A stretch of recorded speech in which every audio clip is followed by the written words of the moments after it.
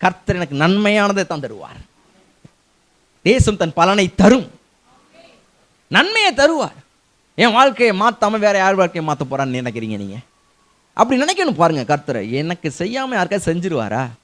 ஒரு கை பாத்திர மாட்டேன், என்ன பண்ண போறேன் அப்படின்னா அவரை போய் கட்டி பிடிச்சிட்டு செய்ய வச்சிருவேன். புரியுது அவங்களுக்கு? அவரை போய் அப்பான்னு கட்டி பிடிச்சிட்டேன்னா அவர் மனசு எனக்கு நல்லா தெரியும். ஒரு பெத்த தகப்பனுக்கே பிள்ளைங்க போய் அப்படி கட்டி பிடிச்சிட்டா அவ்வளோ கோவம் அப்படி எங்கே போகுதுன்னே தெரியறது இல்லை. அப்போ பரலோக தகப்பன் கட்டி பிடிச்சிட்டா, சரிடா விட்றா விட்றா செஞ்சிடறேன், உனக்கு செய்யாம யாரும் செய்ய போகிறேன் அப்படின்னு செய்கிறவர் அவர். அவரை அப்படியே பார்க்கணும் பாருங்க. உங்களுக்கு புரியுதா? அந்த ஹக்கிங் புரியுதா? அவர் அப்படியே அணைகிறது புரியுதா? இரக்கத்தின் தகப்பன்.